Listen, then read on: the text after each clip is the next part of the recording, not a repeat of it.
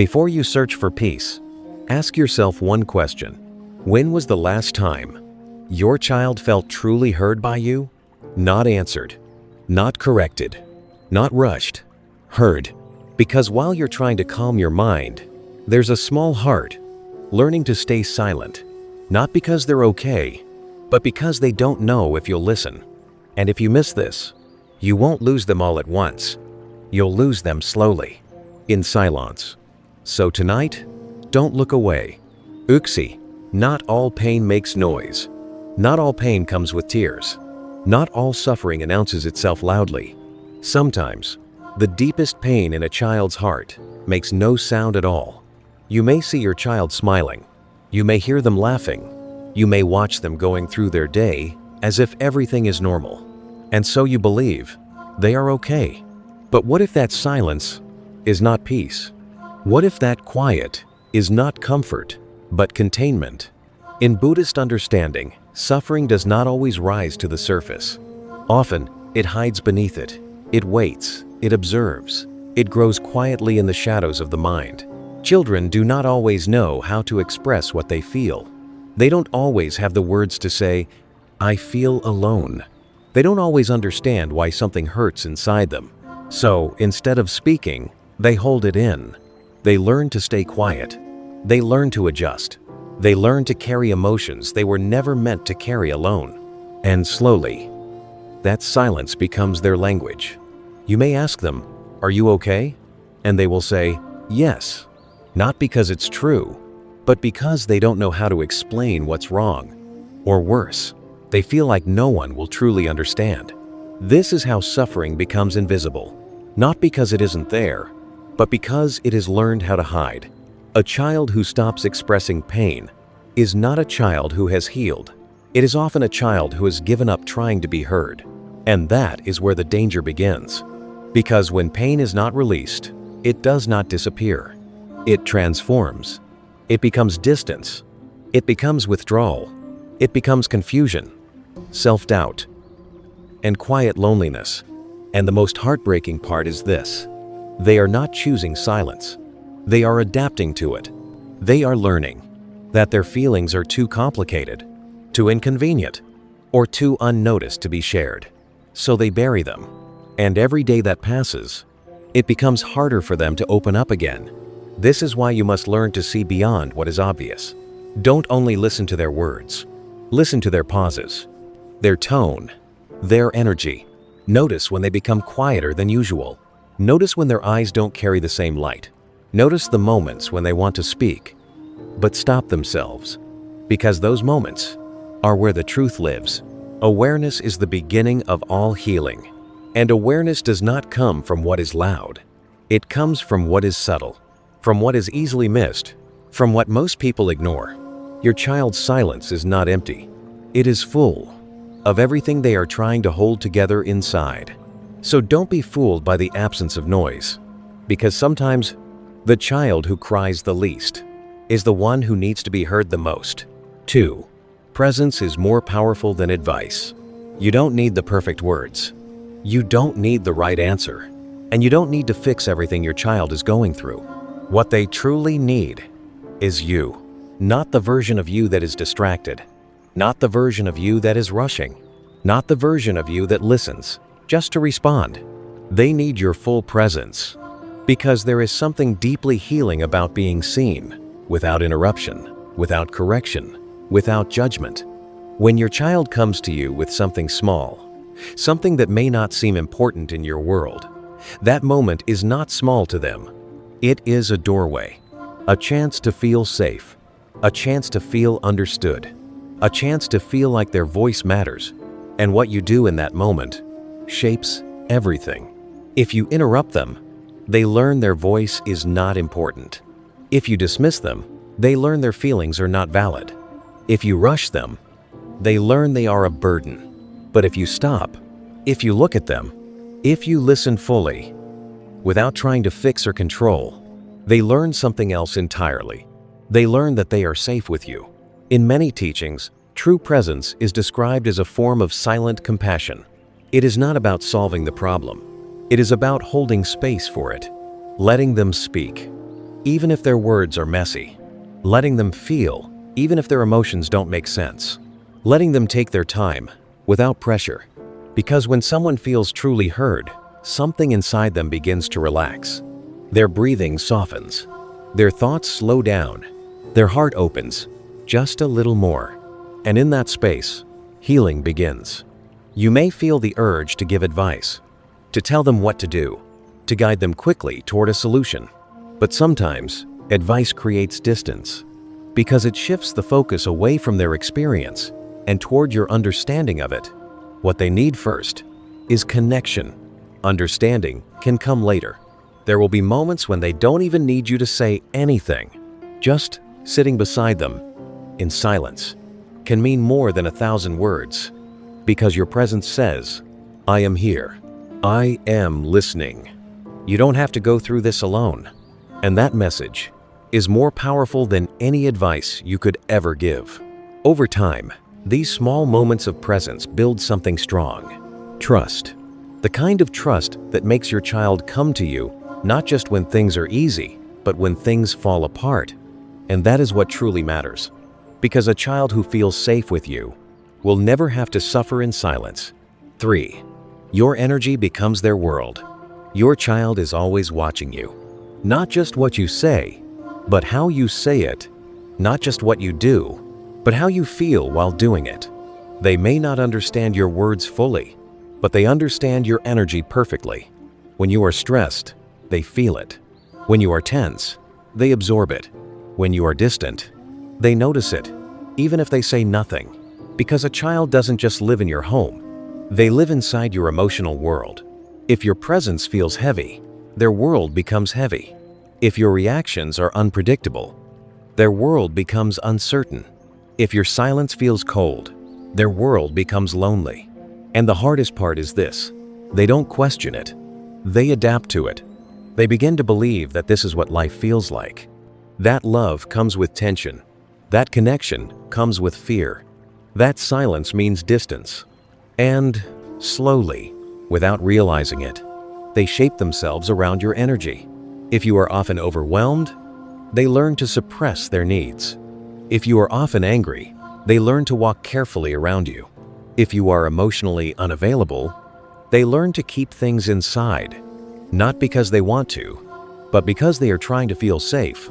This is how patterns are passed down, not through words, but through presence.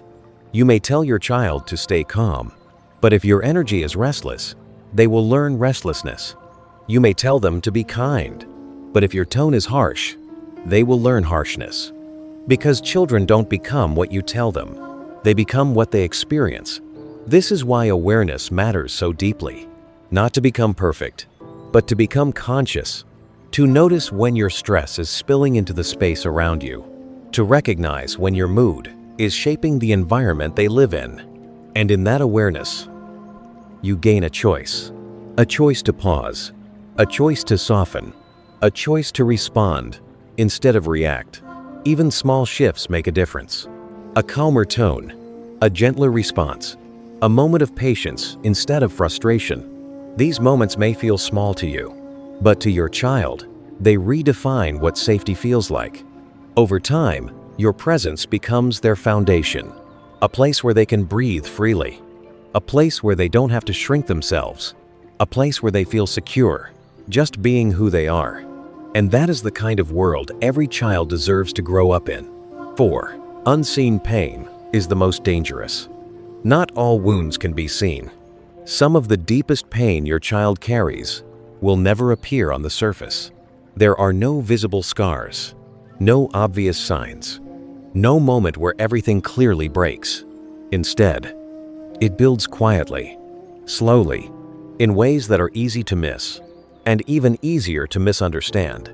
You may notice small changes. They speak a little less. They spend more time alone. They don't share like they used to.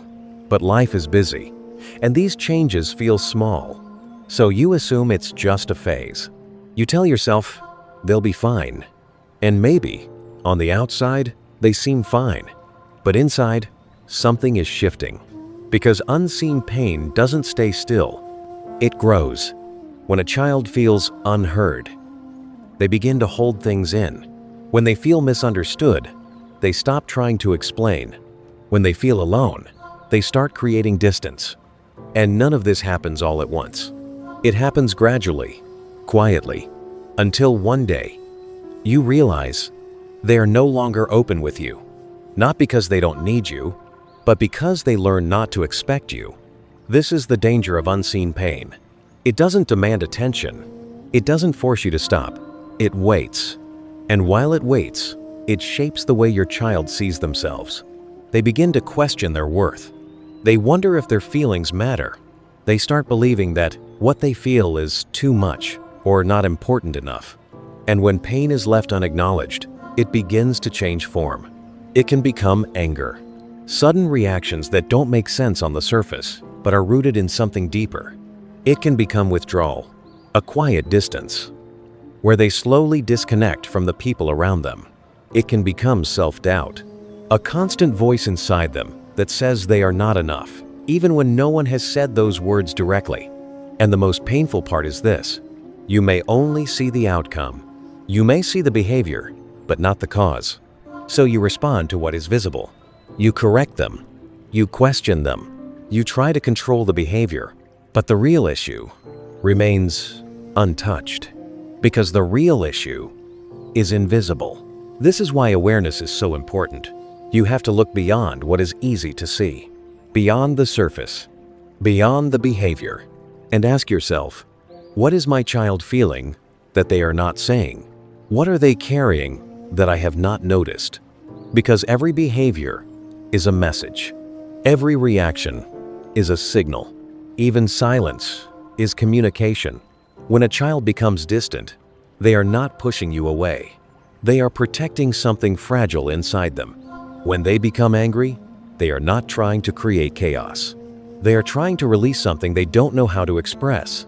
When they shut down, they are not ignoring you. They are overwhelmed, and they don't know how to come back. If you only react to what you see, you miss what truly needs your attention. But if you pause, if you observe without judgment, if you listen without rushing to fix, you begin to understand. And understanding changes everything. Because when a child feels understood, they begin to feel safe again. And when they feel safe, they slowly start to open. Not all at once, not perfectly, but little by little. And in those small openings, you are given a chance to meet them where they are, a chance to hear what they couldn't say before, a chance to rebuild what may have been silently breaking. But this requires patience. It requires letting go of the need to control everything immediately. It requires choosing connection over correction. There will be moments when it's easier to dismiss their behavior, to label it as attitude, to call it a phase, to assume it will pass on its own. But unseen pain rarely disappears on its own. It stays. And over time, it becomes part of how they see the world. This is why your attention matters. Not just when things are obvious, but especially when they are not. Notice the small shifts, the quiet changes, the moments when something feels different, even if you can't explain why. Trust that feeling, because often, your child is communicating in ways that don't use words. And if you are present enough to notice, you can respond before the distance grows too wide, before silence becomes permanent, before they learn to carry everything alone. Your role is not to have all the answers.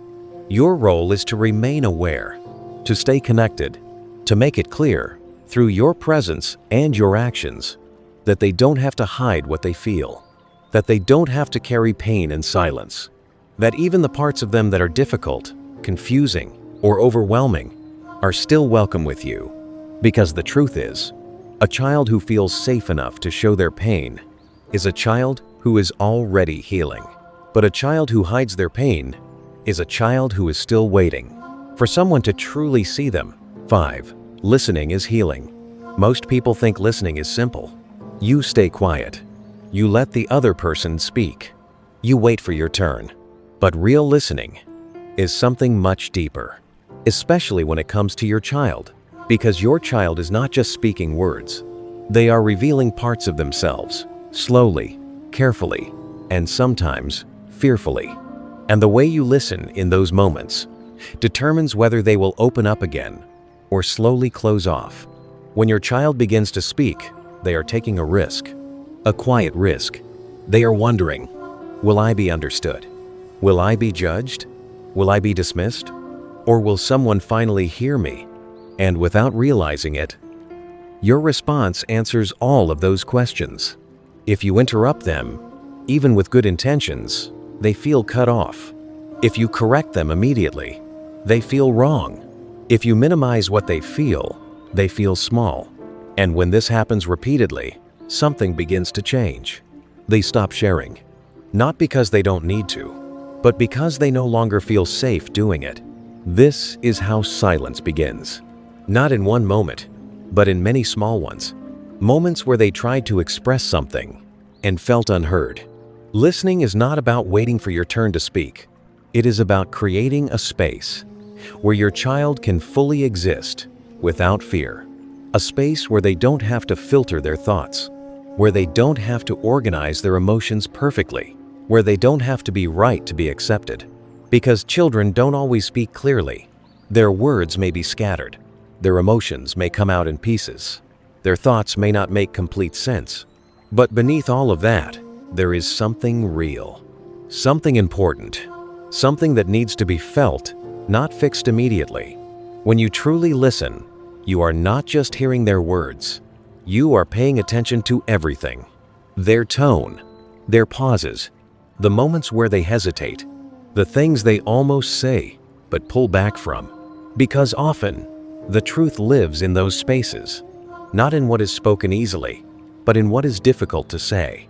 You may feel the urge to guide them, to tell them what to do, to protect them from making mistakes, to give them answers quickly. But sometimes, answers create distance because they shift the moment away from connection and into control. What your child needs first is not a solution.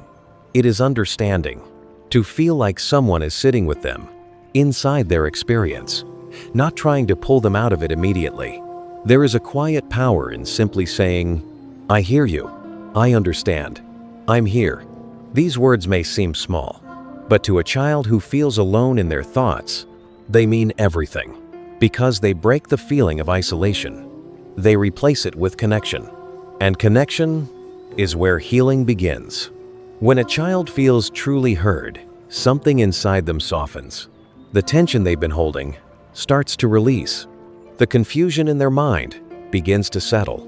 The fear of being misunderstood starts to fade. And in that space, they become more open, more willing to share, more willing to trust. But this kind of listening requires patience.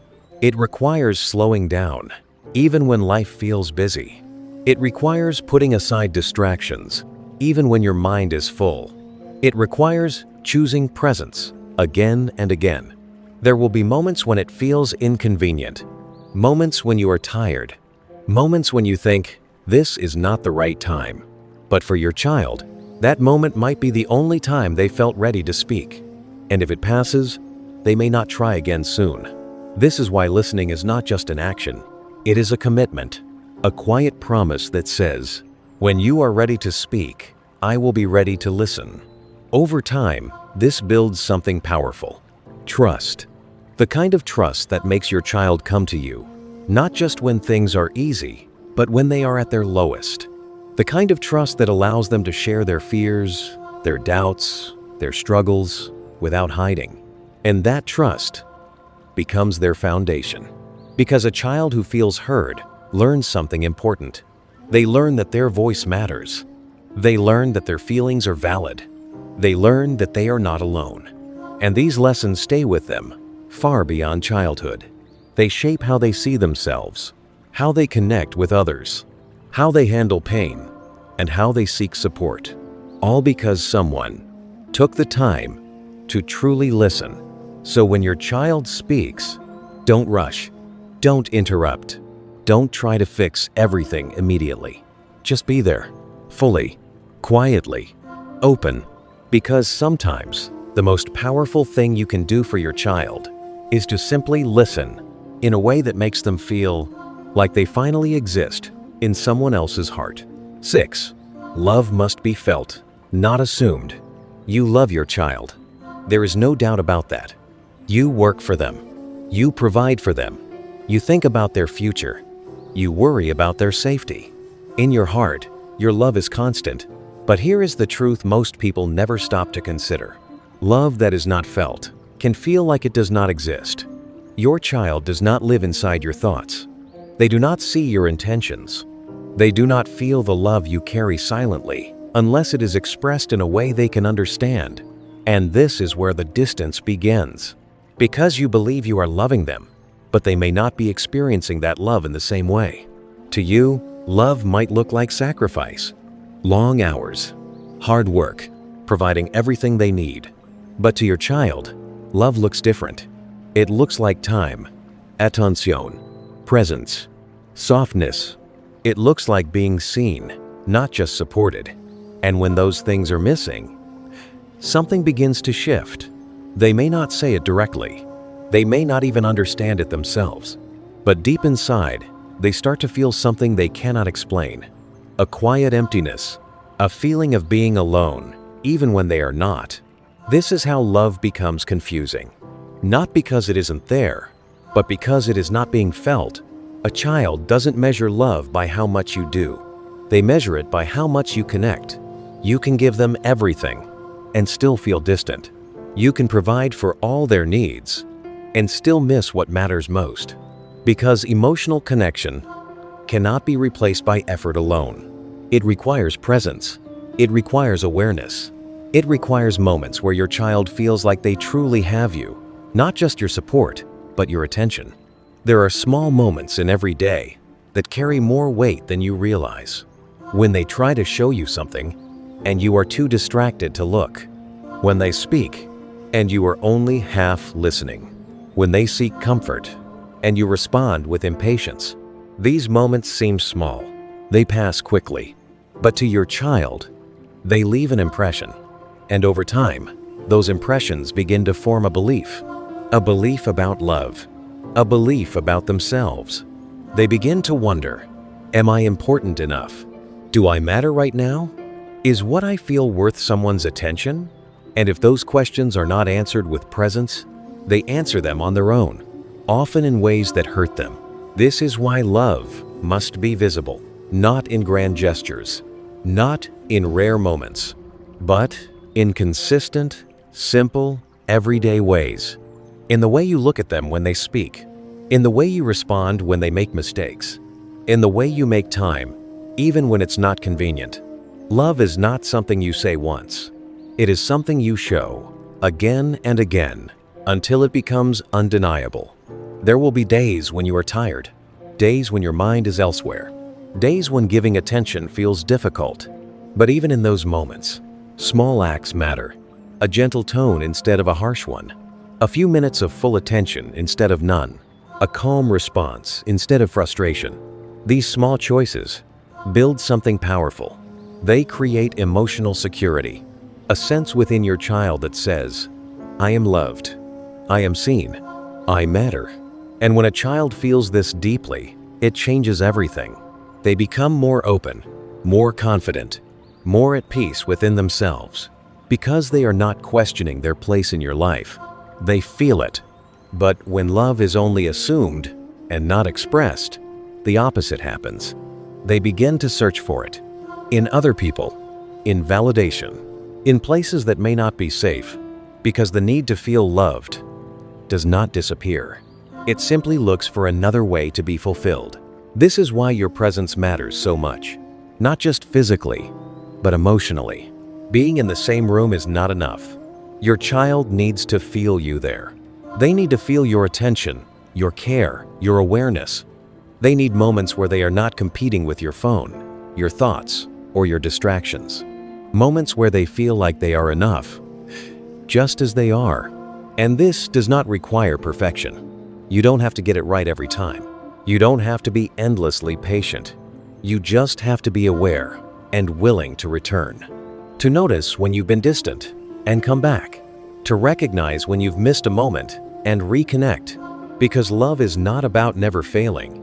It is about not staying disconnected. Every time you come back, Every time you choose to be present again, every time you show them they matter, you rebuild that connection. And slowly, that connection becomes something they trust, something they rely on, something they carry within themselves even when you are not around. Because a child who truly feels loved does not have to question it. They don't have to chase it. They don't have to prove themselves to earn it. They simply live in it. And that feeling becomes the foundation of who they are. So don't let your love remain silent.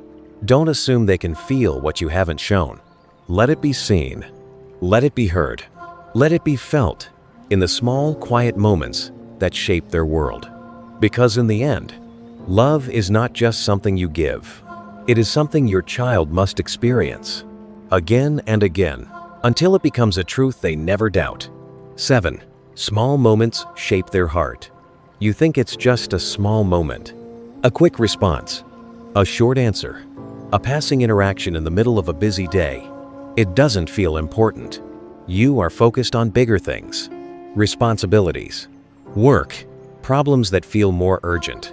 And so these small moments slip by unnoticed. But to your child, there are no small moments. Every interaction carries meaning. Every response leaves a mark. Every time they reach for you, and you respond or don't respond, something inside them is shaped. This is how a child's inner world is built. Not through big events, but through repetition, through patterns, through the quiet accumulation of everyday experiences. When they come to you with excitement, and you pause to listen, they learn that their joy matters.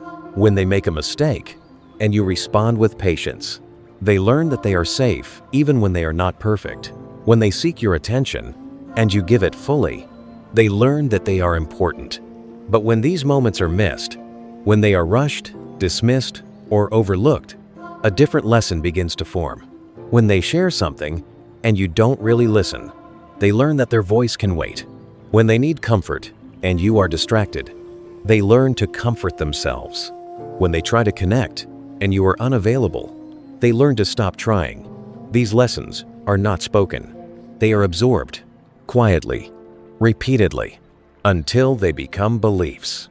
Beliefs about their worth, beliefs about relationships, beliefs about what they deserve from others. And the truth is, you are not teaching these lessons intentionally. You are simply living your life, responding in the moment, doing your best. But your child is always learning from how you show up, not just in the big decisions, but in the smallest interactions. This is why awareness matters so deeply. Because once you begin to see the weight of these moments, you begin to treat them differently. You begin to notice when your child is reaching for connection. Sometimes it's obvious. They call your name. They ask for your attention. But sometimes it's subtle. They linger near you. They start a conversation that seems unimportant.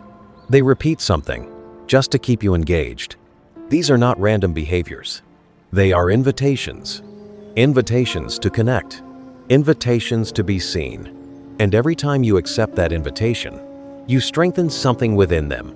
A sense of belonging. A sense of being valued. A sense of being emotionally safe. But every time that invitation is ignored, even unintentionally, a small distance is created. Not enough to notice immediately. Not enough to feel serious, but enough to matter over time. Because distance is not created in one moment. It is created in many small ones. Moments where connection could have happened, but didn't. And slowly, those missed moments begin to add up, until one day, the child who used to share everything becomes quiet. The child who used to seek your attention stops trying. And it doesn't feel sudden. It feels gradual. Because it was. This is why small moments are never small. They are building something every single day. You are either building connection or creating distance. And often, it depends on how you respond in the simplest situations. You don't need to be perfect. You don't need to give your full attention every second of the day. But there are moments that matter more than others.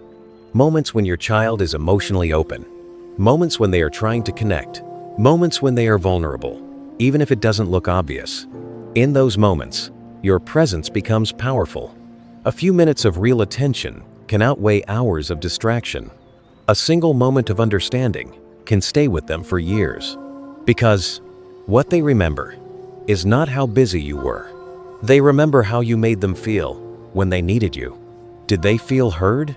Did they feel important? Did they feel like they mattered in that moment? These are the memories that shape their heart. And over time, these memories become their emotional foundation. They influence how they see themselves, how they trust others, how they express their feelings, and how they seek connection in the future. This is why consistency matters more than intensity. It's not about one perfect moment. It's about showing up, again and again, in small, meaningful ways.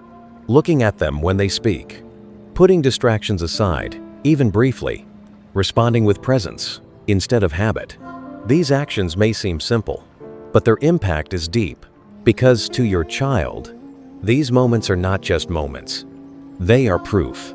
Proof that they are seen. Proof that they are valued. Proof that they are not alone. And when a child grows up with that kind of proof, they carry it with them into every part of their life. So don't underestimate the ordinary. Don't overlook the small interactions. Don't assume that connection requires something big, because the truth is, it's the quiet, everyday moments that shape who your child becomes. And in those moments, you are not just raising a child, you are shaping a heart, one response at a time. 8. Your child is not a distraction. There are moments in your day when your child comes to you, and you are busy. Your mind is occupied. Your attention is somewhere else. You are in the middle of something that feels important. And in that moment, they speak. They ask a question. They try to show you something. They simply want your attention. And, without thinking, you respond quickly. Not now. Wait a minute. I'm busy. It feels harmless. You believe you'll come back to them later. You tell yourself it's just a small delay. But for your child, that moment was not small. That moment was their attempt to connect with you. It was their way of saying, see me, hear me, be with me, even for a little while. And when that moment is dismissed, even gently, even unintentionally, something begins to shift inside them. They don't always react. They don't always complain, but they feel it. They feel that they came second to something else. And when this happens again, and again, and again, a quiet belief starts to form. I am not important right now. Not because you don't love them, but because in those small moments, they experience distance instead of connection. In life, you will always have responsibilities. Work will demand your attention. Problems will need your focus. Distractions will always exist. But your child does not understand your priorities the way you do. They don't measure importance based on urgency or responsibility. They measure it based on attention, who you turn toward, and who you turn away from. If you repeatedly turn away, they begin to feel it, and eventually, they stop coming to you, not because they don't need you, but because they've learned not to interrupt, not to ask, not to reach out. They begin to handle things on their own. At first, it may seem like independence. They stop asking questions. They stop seeking help. They become quieter, and you may even feel relief. You may think, they're growing up. But what you don't see is what they are losing in the process. They are losing connection. They are losing the habit of sharing. They are losing the feeling that they can come to you anytime. And once that habit is broken, it becomes difficult to rebuild, because connection is not automatic. It is built through repeated moments of openness, moments where your child feels welcomed, not delayed. This does not mean you must give them your attention every second. That is not realistic, but it does mean recognizing when a moment matters. Sometimes it only takes a few seconds to look at them, to acknowledge them, to respond with presence instead of dismissal. Even something simple can change everything. Give me 1 minute. I want to hear this. Stay here. I'm coming back to you. I see you.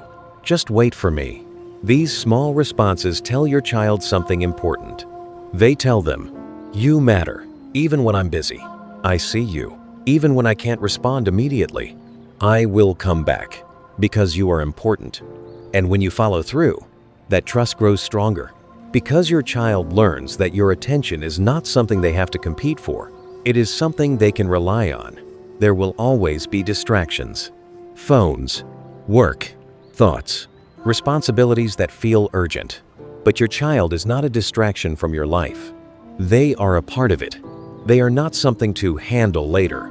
They are someone who is growing in real time, right in front of you. And every moment you miss is a moment that does not come back. One day, they will stop asking. They will stop calling your name from another room. They will stop coming to show you small things. They will stop seeking your attention in the same way. And when that day comes, you will realize those interruptions were never interruptions at all. They were opportunities. Opportunities to connect. Opportunities to understand them. Opportunities to be present in the moments that mattered most. But at that point, those moments will have passed. This is why awareness matters now, not later. Now, to recognize that what feels like a small interruption to you may be a meaningful moment to them. To pause, even briefly, and give them a piece of your attention, because that piece is not small. It carries meaning. It tells them where they stand in your world. And over time, those moments shape how they see themselves. Whether they feel important, whether they feel valued, whether they feel like they belong. You don't have to choose between your responsibilities and your child, but you do have to choose how you respond in the moments that matter. Because your child is not asking for everything. They are asking for something simple: your attention, your presence, your willingness to see them when they reach for you. And when you give that, even in small ways, you create something lasting, a connection that stays strong, a trust that doesn't fade, a relationship where they feel safe to keep coming back. So the next time your child calls your name, pause, just for a moment, because what feels like a small interruption might be one of the most important moments of their day. And how you respond will stay with them far longer than you think. 9. Emotional safety is everything. A child can live in a comfortable home, have everything they need, be surrounded by people, and still feel unsafe. Not physically, but emotionally. And emotional safety is what determines whether your child opens their heart or slowly closes it. It is the invisible foundation of your relationship. When your child feels emotionally safe, they speak freely, they express their thoughts, they share their fears without hesitation. But when that safety is missing, something begins to change. They start to hold back. They think before they speak, not because they are thoughtful, but because they are afraid. Afraid of how you might react, afraid of being judged, afraid of being misunderstood or dismissed. And when fear enters the space where trust should be, silence follows. At first, it's small. They stop sharing certain things. They avoid certain topics. They give shorter answers. You may not even notice. But inside, they are learning something. They are learning that not everything is safe to say, that their thoughts need to be filtered, that their emotions might be too much. And over time, that filtering becomes automatic. They don't even try to express themselves fully anymore, because they expect a reaction, not understanding. This is how emotional distance is created. Not through one big moment, but through repeated experiences. Moments where they felt judged, moments where they felt dismissed, moments where their vulnerability was met with discomfort or frustration. Even small reactions can leave a lasting impact. A harsh tone, a quick dismissal, a moment of impatience. To you, it may feel temporary, but to your child, it creates hesitation, a pause before opening up again. And when those pauses happen often enough, they become silence. True emotional safety means something very simple but very powerful. It means your child knows that they can come to you with anything and still feel accepted, even when they are wrong, even when they make mistakes, even when their emotions are messy or difficult. Because children don't just need guidance. They need a space where they can be real, a space where they don't have to pretend, a space where they don't have to hide parts of themselves. If your child feels like they must always be good, always be right, always meet your expectations. They will begin to hide the parts of themselves that don't fit, and those hidden parts don't disappear. They grow in silence. This is why your reaction matters more than you think. When your child comes to you with a mistake, your first response shapes everything. If they feel judged, they will hide next time. If they feel safe, they will return. This does not mean you ignore their behavior. It means you separate the behavior from the person. You can correct without shaming. You can guide without rejecting. You can teach without making them feel small. Because when a child feels small, they don't grow.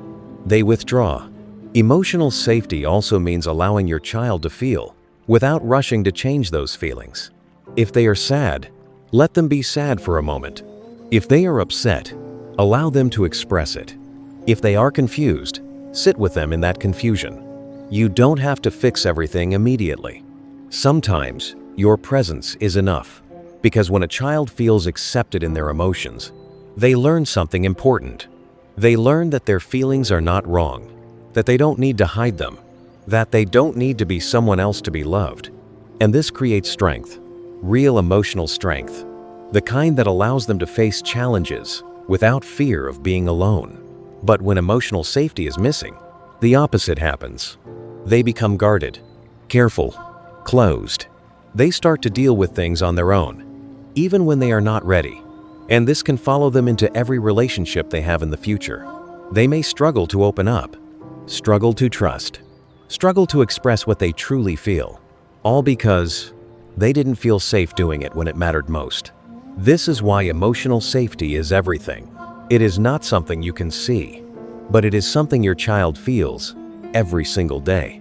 In your tone, in your reactions, in the way you respond when they are vulnerable. And the good news is, it can be built through awareness, through patience, through small, consistent actions that show your child they are safe with you. It starts with listening, without interrupting, with responding, without judgment, with staying calm. Even when things are difficult, it grows when your child sees that your love does not disappear when they make mistakes, that your presence does not change when they are struggling, that they are not alone, even in their hardest moments. And once that safety is built, something beautiful happens. Your child begins to trust you deeply. They begin to open up without fear.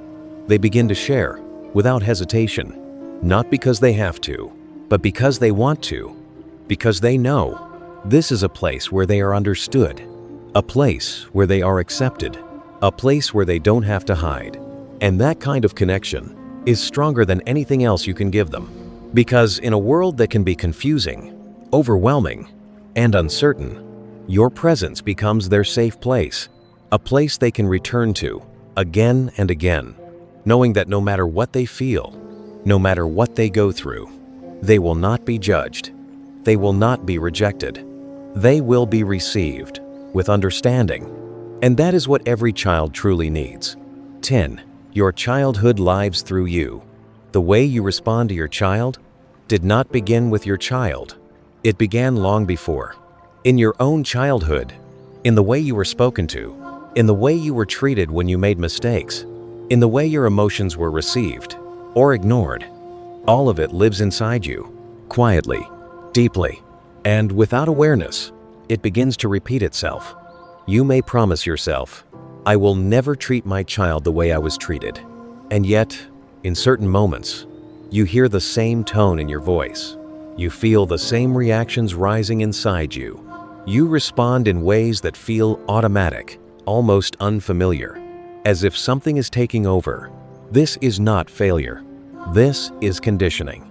Because the mind learns through experience. What you lived becomes what feels normal, even if it hurt you, even if it left scars, even if you swore you would do things differently.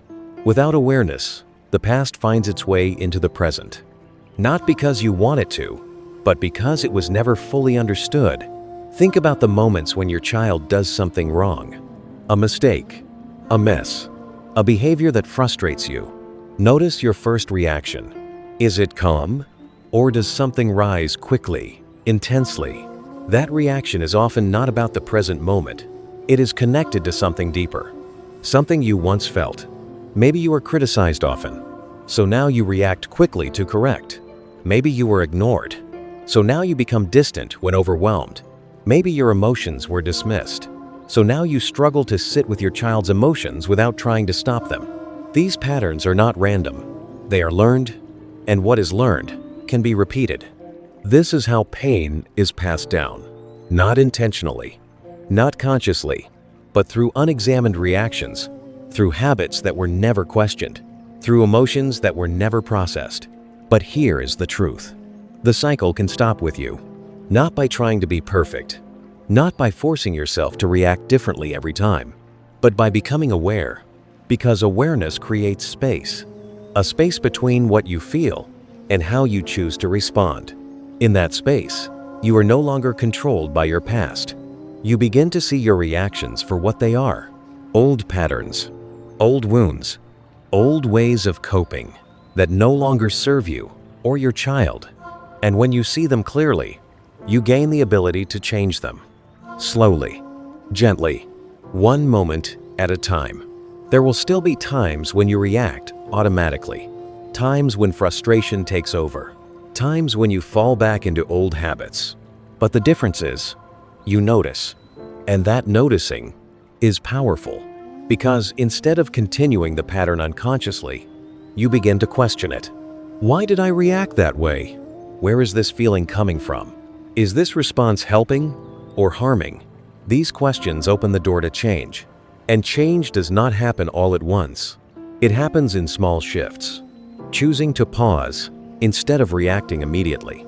Choosing to listen instead of correcting instantly. Choosing to stay present instead of shutting down.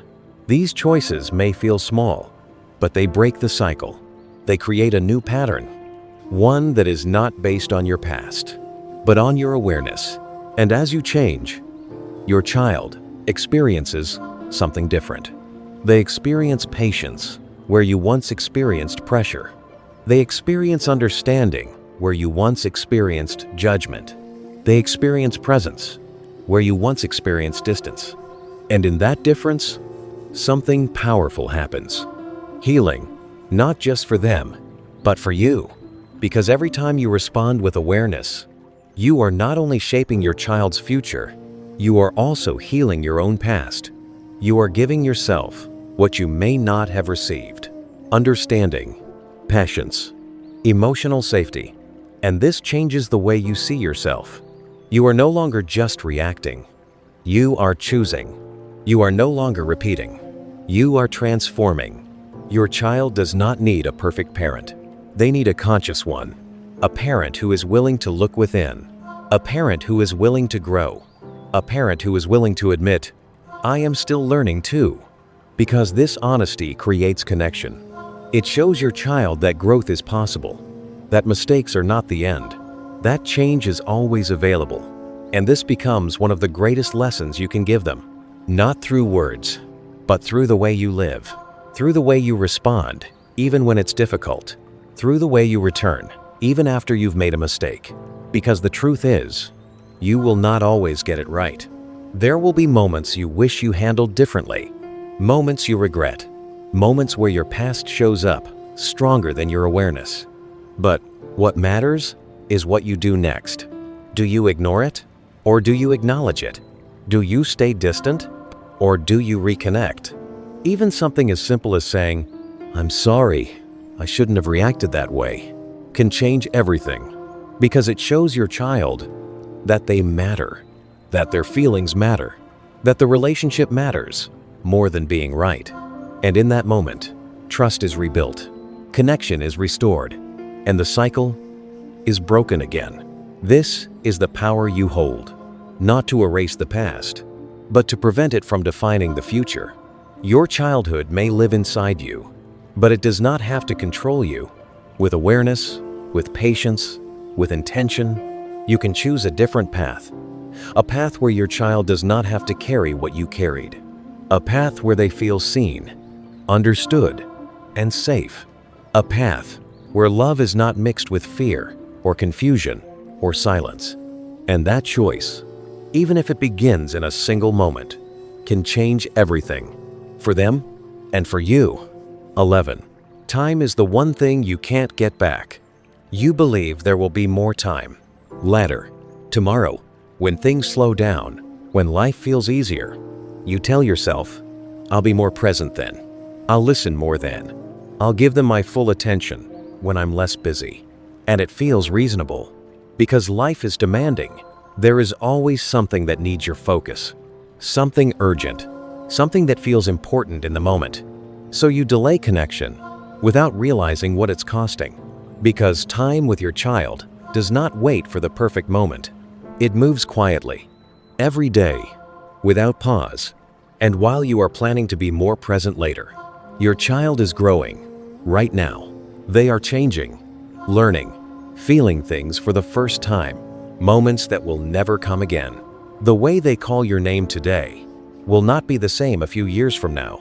The way they look for your attention, the way they depend on you, the way they open up so easily, all of it is temporary. And one day, without warning, it begins to fade. Not all at once, but slowly. They stop asking as many questions. They stop sharing every detail of their day. They stop coming to you for every little thing, and you may not notice it immediately, because it happens gradually. But one day, you will feel it. The silence where there used to be conversation, the distance where there used to be closeness. And in that moment, you may realize something painful. You thought you had more time, but those moments are already gone. This is the nature of time. It doesn't ask for your permission. It doesn't wait for your schedule to clear. It simply moves, and it takes those moments with it. Moments that felt ordinary at the time. Moments you didn't think were important. Moments you believed would happen again, but they don't. Each one is unique. Each one is unrepeatable. And once it passes, it belongs to the past. This is why awareness of time is so important. Not in a fearful way, but in a conscious way. To recognize that what you have right now is not permanent. Your child will not always be this age. They will not always need you in the same way. The opportunity to be present in their life, in this exact form, is limited. And the question is not whether time will pass. It will. The question is, how much of it will you truly be there for? Because being physically present is not the same as being emotionally present. You can be in the same room, but your mind can be somewhere else. You can hear their voice, but not truly listen. You can respond, but not connect. And in those moments, time still passes, but connection does not happen. This is how regret is created. Not through what you did, but through what you missed. The conversations you didn't fully engage in, the moments you were too distracted to notice, the times your child reached for you, and you were not fully there. At the time, they felt small, unimportant, easy to overlook, but later, they become everything, because they are the moments you cannot go back to. No matter how much you wish you could, no matter how much you would change if given another chance, time does not return. But awareness can change how you use it now. It can bring you back to the present moment, to what is happening in front of you, to the child who is still here, still reaching, still growing. There is still time, but not unlimited time. And that is what makes it valuable. You don't need to be present every second. That is not realistic. But you do need to recognize the moments that matter. Moments when your child is trying to connect. Moments when they are open. Moments when they need you, even if they don't say it directly. In those moments, choose presence. Put aside distractions, even briefly. Look at them fully. Listen without rushing, because even a few minutes of true presence can become a memory they carry for a lifetime. And those memories shape how they feel about you, how they remember their childhood, not through grand gestures, but through consistent moments of connection, moments where they felt seen, moments where they felt important, moments where they felt like they truly had you. As time moves forward, those moments become fewer, not because you stop loving them, but because life changes. They grow older, they become more independent, they turn to other parts of the world. And this is natural. It is part of life. but the foundation you build now stays with them. The presence you offer now becomes their memory later. The attention you give now becomes the connection they remember. So don't wait for the perfect time. It doesn't exist. Don't wait for life to slow down. It rarely does.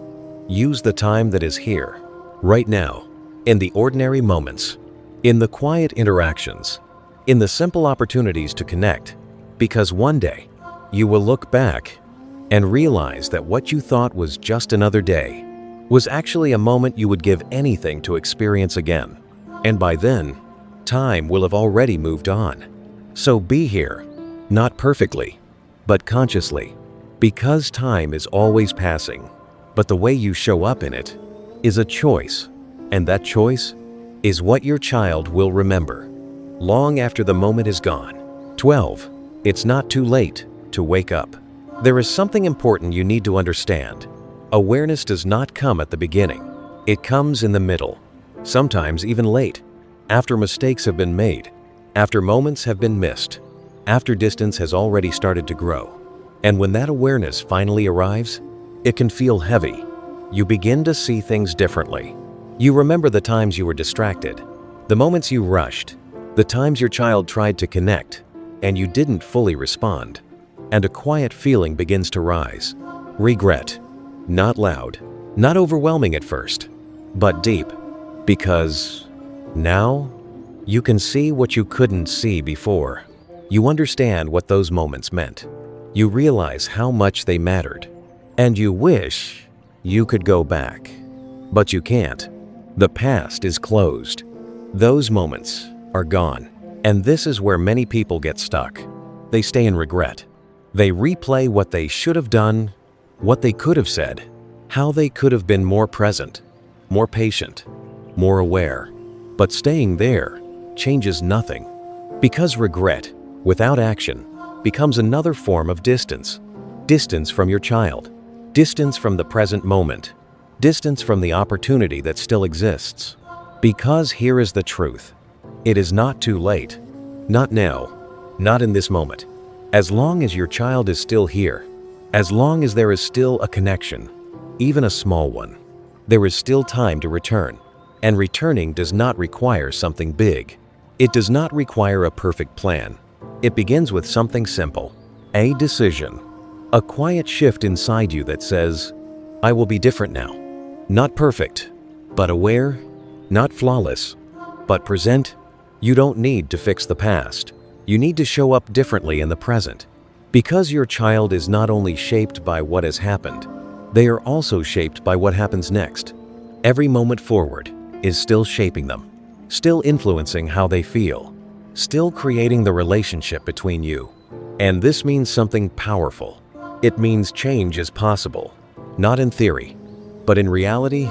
Right now, you may feel like you've missed too much, like the distance is already there, like your child is already used to silence or disconnection. But even then, change is still possible, because connection can be rebuilt, slowly, gently, through consistency, through presence, through showing up again and again. Even when it feels uncomfortable, it may not be immediate. Your child may not open up right away. They may hesitate. They may be unsure, because they are used to something different. But your actions, over time, will speak louder than anything you say. If you listen more, they will notice. If you stay calm, they will feel it. If you become more present, they will experience it. And slowly, something begins to shift. Trust. Not all at once, but little by little, moment by moment. Because trust is not built through words. It is built through consistency, through showing that you are there, not just once, but repeatedly, that you are available. Not just when it's easy, but especially when it's difficult. There may be moments when you feel unsure, moments when you don't know what to say, moments when you realize you don't fully understand what your child is going through. That's okay. You don't need to have all the answers. You just need to be there. Fully, honestly, without pretending, because authenticity creates connection. You can say, I don't fully understand, but I want to. I'm here with you. You don't have to go through this alone. These words, when they come from a real place, carry weight. They show your child something important, that even if things haven't been perfect, you are trying, you are present, you care, and that matters more than perfection ever could. There will also be moments when you fall back into old patterns, moments when you react instead of responding, moments when you lose patience. That doesn't erase your progress. What matters is what you do after. Do you ignore it? Or do you return? Do you pretend it didn't happen? Or do you acknowledge it? Even something simple like, "I'm sorry, I shouldn't have reacted that way," can rebuild more than you realize, because it shows humility.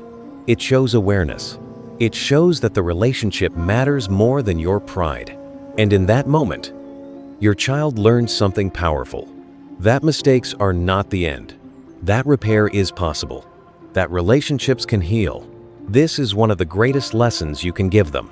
Not through perfection, but through your willingness to grow. Because growth is what changes everything. Not overnight, but over time, through small, consistent shifts. Through choosing presence more often than distraction. Through choosing understanding more often than reaction. Through choosing connection, again and again. And as this continues, something begins to change within your child. They feel safer, more open, more willing to share. Not because you forced it, but because they experienced something different. They experienced you differently. And that difference creates a new path. A path where silence is replaced with communication, where distance is replaced with connection, where uncertainty is replaced with trust. But it all begins with one thing: awareness. The moment you realize, I can do better, not from guilt, but from clarity, from understanding, from a genuine desire to be present in your child's life in a deeper way. And that moment is not a sign of failure. It is a moment of awakening, a moment where you step out of autopilot, a moment where you stop repeating and start choosing. And that choice, even if it begins right now, can change everything for your child, for your relationship, and for you. Because in choosing to show up differently, you are not only giving your child what they need, you are becoming someone you needed too. And that transformation is where real peace begins. Not in isolation, not in silence alone, but in connection, in awareness, in the quiet, consistent decision to be there fully while there is still time, and go to your child. Not as a parent who needs to teach, not as someone who needs to fix everything, but as someone who is ready to listen. Sit with them, even if they say nothing, even if it feels quiet, because sometimes your presence is the answer they've been waiting for. And maybe the peace you've been searching for all this time is not found in silence alone, but in the moment your child finally feels heard.